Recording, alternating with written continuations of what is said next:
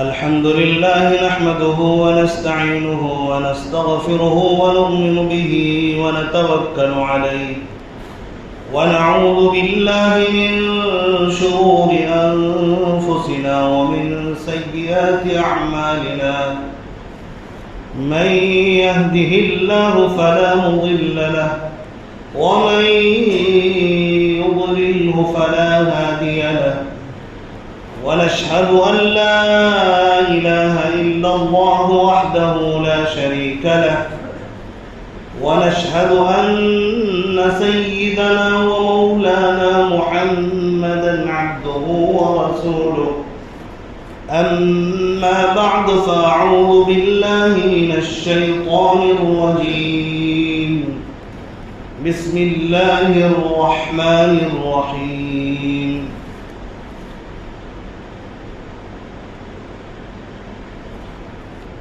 إن أكرمكم عند الله أتقاكم وقال تعالى في مقام آخر قد أفلح من زكاها وقد خاب من دساها صدق الله العظيم وقال النبي صلى الله عليه وسلم ألا وإن في الجسد مضغة إذا صلحت صلح الجسد كله وإذا فسدت فسد الجسد كله ألا وهي القلب أو كما قال عليه الصلاة والسلام. میرے واجب الاحترام بزرگوں اور بھائیوں اور اسلام کے غیور فرزندوں اور عزیز نوجوان دوستوں، اپنی بات شروع کرنے سے پہلے آپ حضرات سے گزارش ہے کہ آپ حضرات تمام ہماتن گوشت ہو کر ایک ایک بات کو سننے کی فکر کریں. ہم جب بیٹھے سننے کے لیے تو چستی کے ساتھ سنا کریں، ایک ایک بات کو سبق کے انداز پر لیں، سبق کے طور پر لیں. ہم یہ بات اچھی طرح جانتے ہیں اور اس بات سے انکار بھی نہیں کر سکتے کہ ہمارے پاس یہی ایک موقع ہوتا ہے ہفتے میں جہاں ہم پہنچ کر بیٹھ کر قرآن و حدیث کی بات سن سکتے ہیں اور سمجھ سکتے ہیں.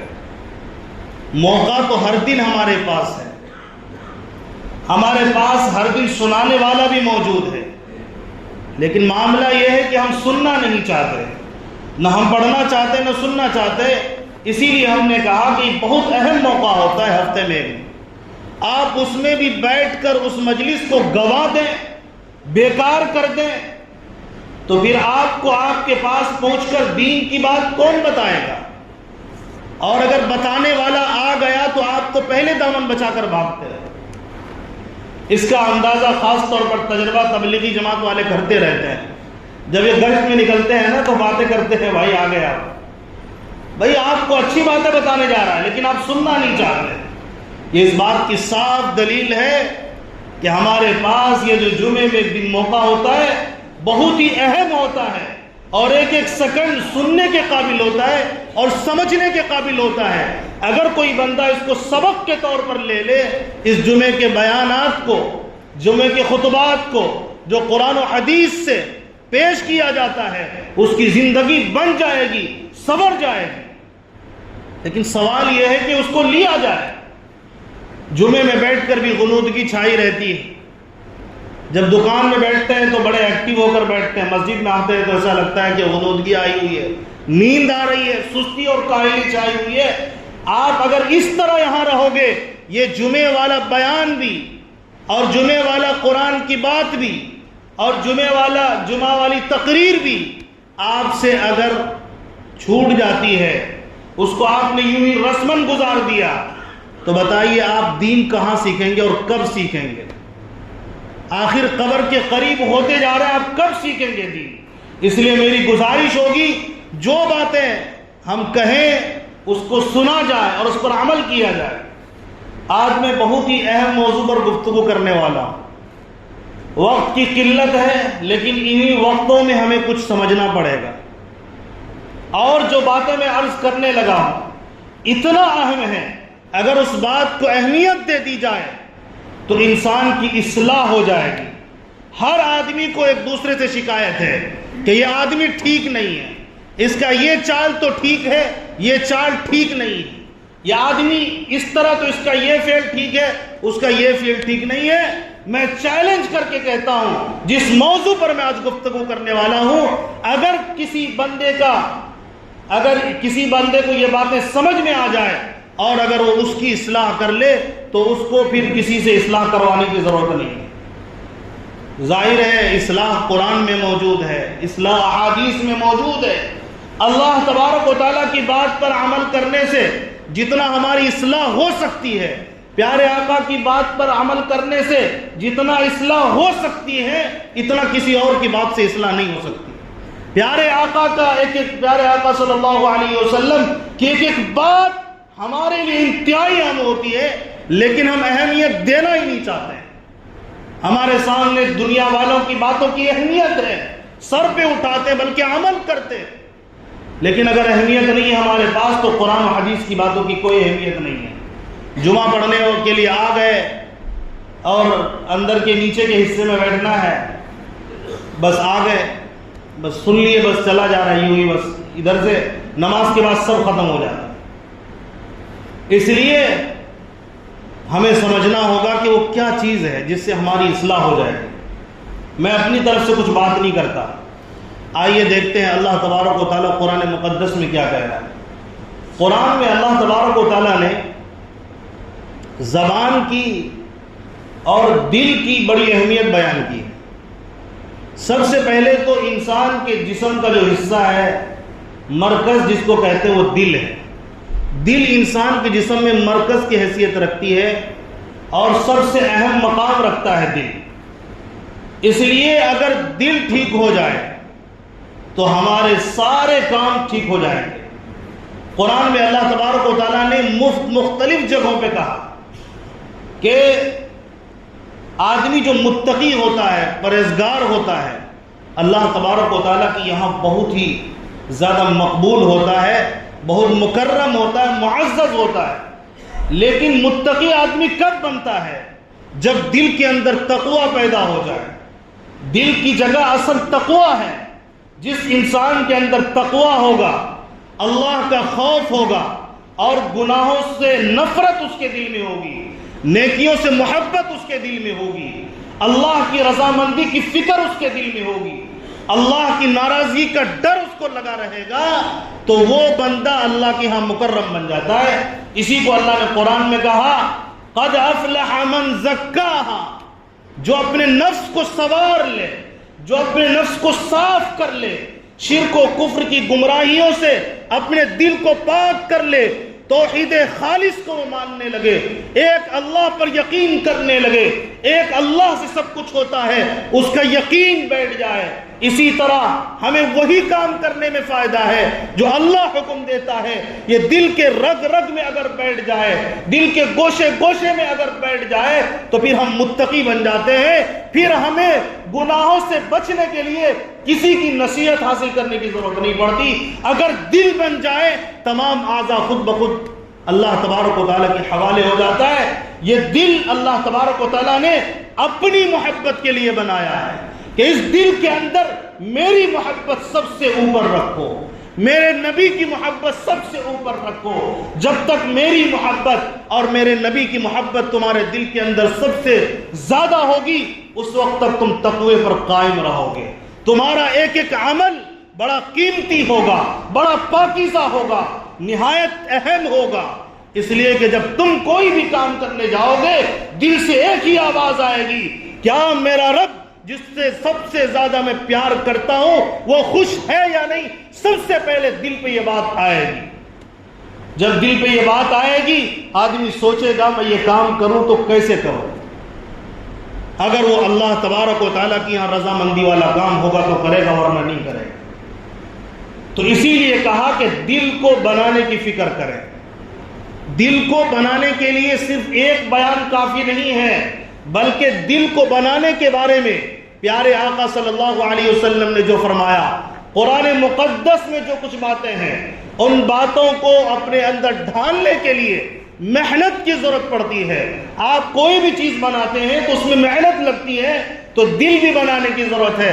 پیارے آقا صلی اللہ علیہ وسلم نے دل کی اہمیت کی طرف اس طرح توجہ دلائی ہے, آپ حیران رہ جاؤ گے کہ پیارے آقا صلی اللہ علیہ وسلم نے کتنا پیارا انداز اور کتنا توجہ والا انداز اختیار کیا ہے. سبحان اللہ. پیارے آقا صلی اللہ علیہ وسلم نے ایک مرتبہ فرمایا کہ اے لوگو, اے میری امتیو, الا وان فی الجسد مضغہ, غور سے سنو, کان کھول کر سنو کہ جسم کے اندر ایک گوشت کا لوتھڑا ہے. اور آگے فرمایا کہ اگر وہ گوشت کا لوتھڑا, یہ توجہ دلانے کے لیے پیارے آقا چاہتے تو صاف صاف بتا سکتے تھے کہ دل کو بنا لو, بات بن جائے گی. لیکن توجہ دلانے کے لیے نبی نے فرمایا اے لوگو, تمہارے جسم کے اندر ایک گوشت کا لوتھڑا ہے. اذا صلح صلح الجسد کلہ, اگر وہ لوتھڑا ٹھیک ہو جائے تو تمہارے تمام اعضاء جسم ٹھیک ہو جائیں گے. وَإِذَا فَسَدَتْ فَسَدَ الْجَسَدُ كُلُّهُ, اگر وہ بگڑ جائے تو تمہارے تمام اعضاء بگڑ جائیں گے. اور نبی پاک علیہ الصلوۃ والسلام نے دیکھا, صحابہ متوجہ ہو گئے. اس کے بعد فرمایا الا وہی القلب, یاد رکھو وہ دل ہے. وہ دل انسانی جسم کے اندر وہ لوتھڑا ہے جہاں اللہ تبارک و تعالیٰ نے اس کو عام سڑکوں کی طرح بنا دیا ہے.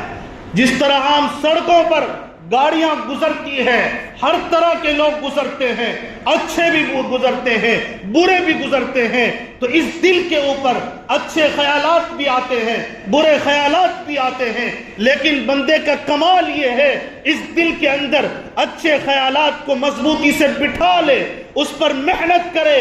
اگر میں اچھے خیالات کو بٹھاؤں گا, اچھائی کی طرف میرا ذہن جائے گا, میں اچھا عمل کروں گا, اللہ خوش ہوگا, رسول خوش ہوگا, اور اس سے بڑی کامیابی میرے لیے کوئی اور نہیں ہو سکتی. پاکیزہ دل اپنے آپ کو بنائیے. دل کتنا پاکیزہ ہو, ہم کہتے ہیں نا بڑا پاک دل کا بندہ ہے, بڑا صاف دل کا بندہ ہے. تو صاف دل کے بندوں کی تعریف ہوتی ہے, اس کی برائی بیان نہیں کی جا سکتی ہے.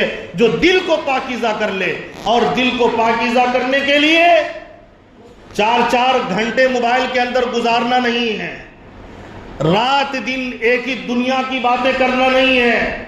ہر طرف مال کی بات, ہر طرف کھانے پینے کی بات, ہر طرف کپڑا پہننے کی بات, ہر وقت آپ لگاؤ گے.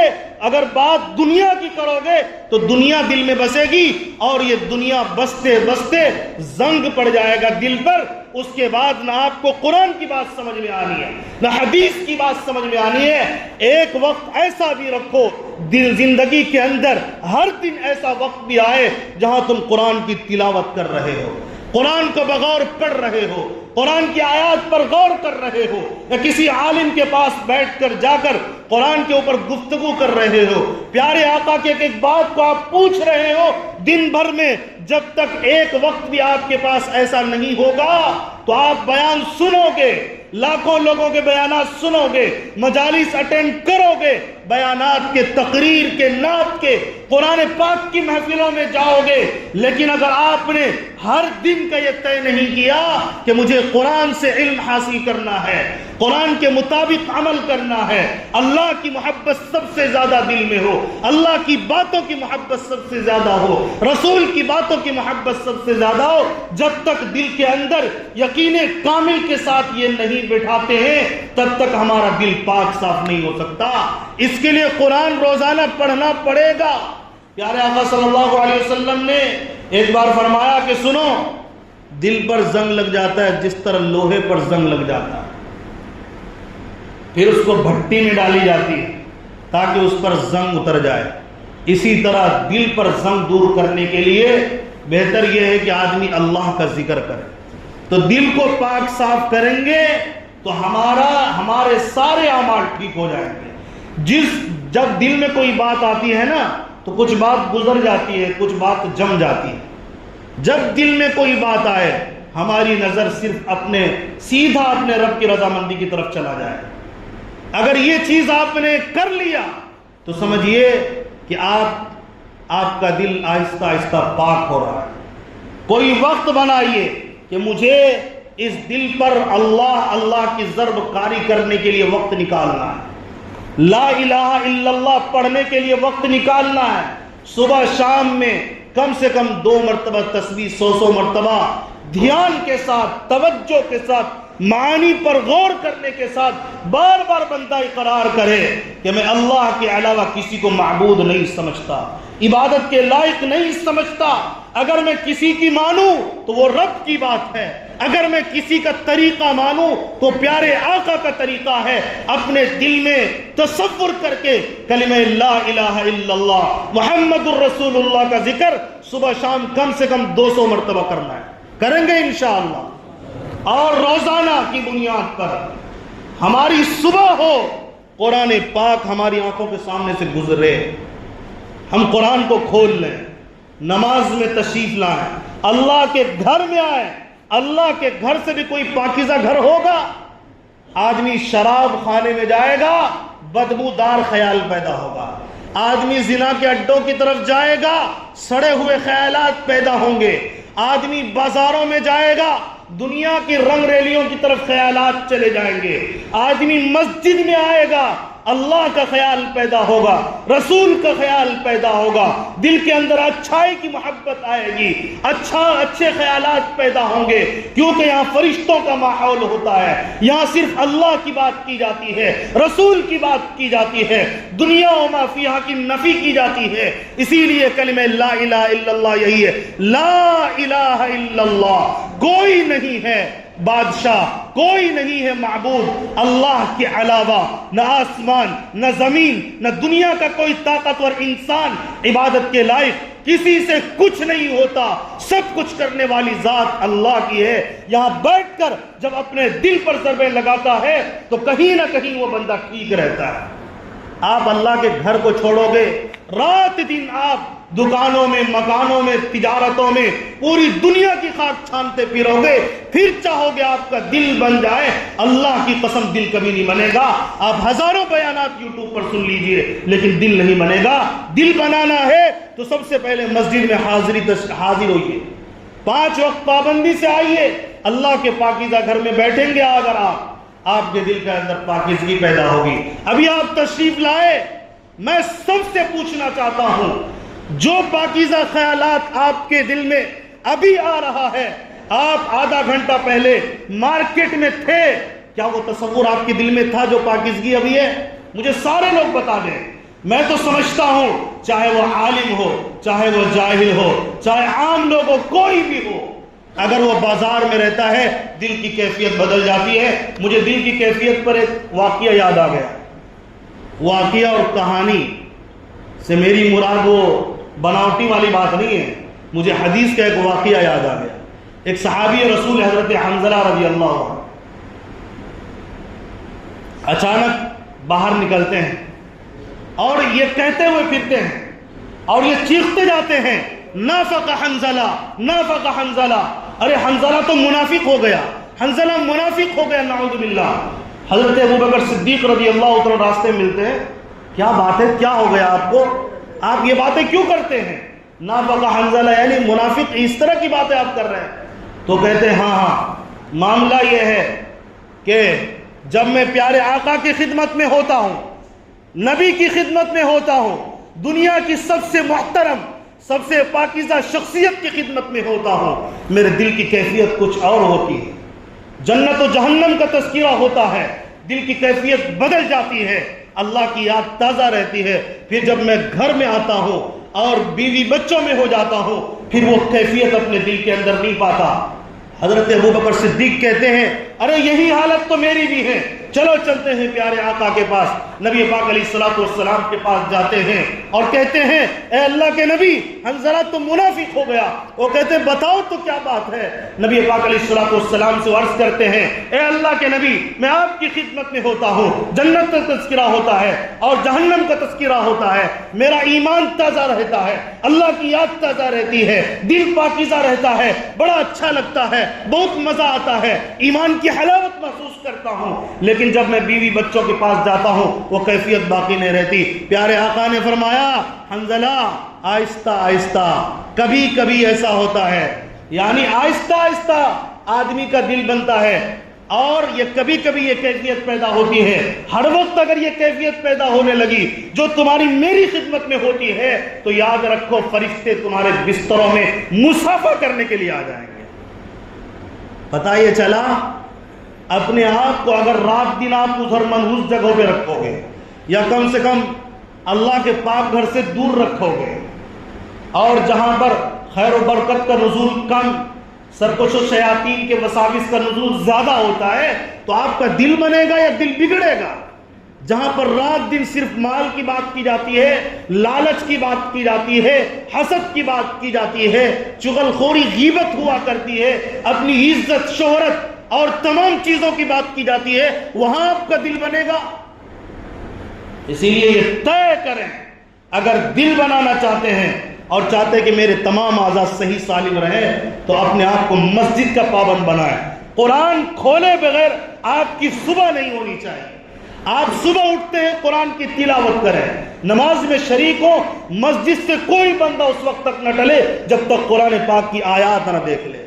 بعض لوگ سوچتے ہیں گھر میں جا کر پڑھ لیں گے، یہ خیال بہت ہی غلط ہے۔ گھر میں جا کے کوئی نہیں پڑھتا ہے، بہت کم ہی لوگ ہوں گے جن کے یہاں بچے کم ہوں، اکیلے ہوں، اور وہاں پر ماحول بہت سازگار ہو، وہ بہت ہی کم، نہ کے برابر ہے۔ اس کی گنتی نہیں، میں اکثروں کی بات کرتا ہوں۔ میں گھر میں جا کے پڑھ لوں گا، فجر میں آیا وقت بہت مشکل ہے۔ یقیناً گھر میں قرآن پاک کی تلاوت کرنا گھر میں خیر و برکت کا باعث ہے، لیکن پڑھیں تو نا، اس لیے ایک مزاج بنا ہے۔ پھر رات کو جب سونے لگیں یہ طے کر لیں جب تک قرآن میں کھولوں گا نہیں، کتنی بھی مصروفیت ہو، میں کچھ آیات پڑھوں گا پھر مجھے سونا ہے۔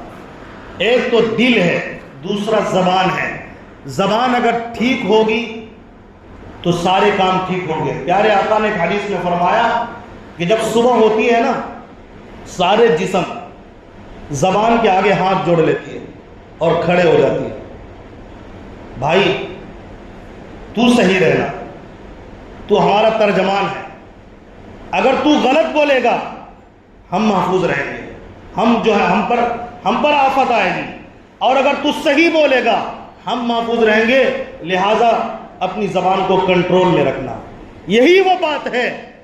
آدمی زبان سے ایک بات کہتا ہے، بعضوں اور غلط بات کہتا ہے، وہ بات پھیل جاتی ہے اور پوری دنیا کے لوگوں کو کبھی وہ بات بری بات اچھی لگنے لگتی ہے، اس پر عمل پیرا ہونے لگتا ہے آدمی، یہ بات اس کو جہنم میں لے جانے کا ذریعہ بن جائے گی، اور اس کے ساتھ جتنے لوگ جائیں گے جہنم میں، جتنے لوگ جہنم کے ایندھن بنیں گے، سارے کا وبال اس پر آئے گا۔ اور یہی ایک بات جو میری زبان سے نکلے اور اچھی بات نکلے اور پوری دنیا کے لوگ اس پر عمل کرنے لگے، تو یہی بات ہمارے لیے جنت میں جانے کا سبب بنے گا، اور جتنے لوگ میری اس بات پر عمل کر لیں گے سارے لوگوں کا ثواب میرے نام اعمال میں اکٹھا ہوگا۔ اسی کو نبی نے فرمایا الدال علی الخیر کفاعل، نیکیوں پر رہنمائی کرنے والا، خیر کی طرف رہنمائی کرنے والا ایسا ہی ہے جیسا اس عمل کو کرنے والا ہے۔ یہ عمل کر نہیں رہا، دوسرا اس کی بات کی وجہ سے عمل کر لیا، اس کے کھاتے میں خود بخود ثواب آتا رہے گا۔ اس بندے کے ثواب کو کمی نہیں کیا جائے گا جو عمل کرتا ہے، اس کو بھی ملے گا، جس نے گائیڈ کیا تھا اچھائی کی طرف اس کو بھی ملے گا۔ تو ہمارے لیے ضروری ہے دو چیزوں کے بارے میں غور کر لیں۔ اسی طرح زبان کے بارے میں نبی نے ایک مرتبہ فرمایا دو چیزوں کو حفاظت کی ضمانت لے لو، میں تمہاری جنت کی گارنٹی لیتا ہوں۔ سبحان اللہ، غور کریں، نبی فرماتے میں گارنٹی لیتا ہوں، گارنٹی کوئی معمول، نبی کی گارنٹی، سبحان اللہ، اور اللہ کی اجازت کے بغیر نبی کوئی گارنٹی نہیں دیتا۔ نبی نے فرمایا دو چیزوں کی حفاظت کی گارنٹی لے لو، میں تمہیں جنت کی گارنٹی دیتا ہوں۔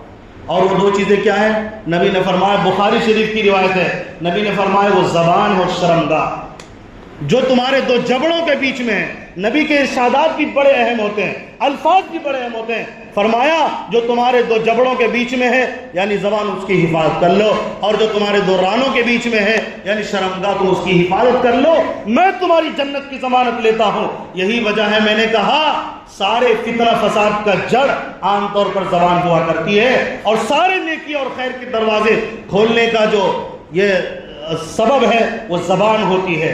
آدمی کسی سے اچھائی سے بات کرے، آدمی کو محبت پیدا ہو جاتی ہے، برائی سے بات کرے، گالی گلوچ سے بات کرے، آدمی اس سے دور ہونے لگتا ہے۔ تو بنائیں گے انشاءاللہ اپنی زبان کو صحیح، اپنے دل کو ٹھیک کریں گے، مسجدوں میں حاضری دیں گے، اس زبان سے قرآن کی تلاوت ہوگی انشاءاللہ، اس زبان سے پیارے آقا کے ارشادات پڑھیں گے انشاءاللہ۔ اللہ تبارک و تعالیٰ ہم تمام کو ان دونوں چیزوں کو سنوارنے اور بنانے کی فکر کی توفیق نصیب فرمائے۔ اللہ تعالیٰ ہمارا دل بھی اچھا بنا دے، اللہ ہماری زبان کو بھی اچھا کر دے۔ آمین وآخر دعوانا الحمدللہ رب العالمین۔ دعائے صحت کی اپیل ہے۔ محمد شعیب صاحب بیمار ہے، دعا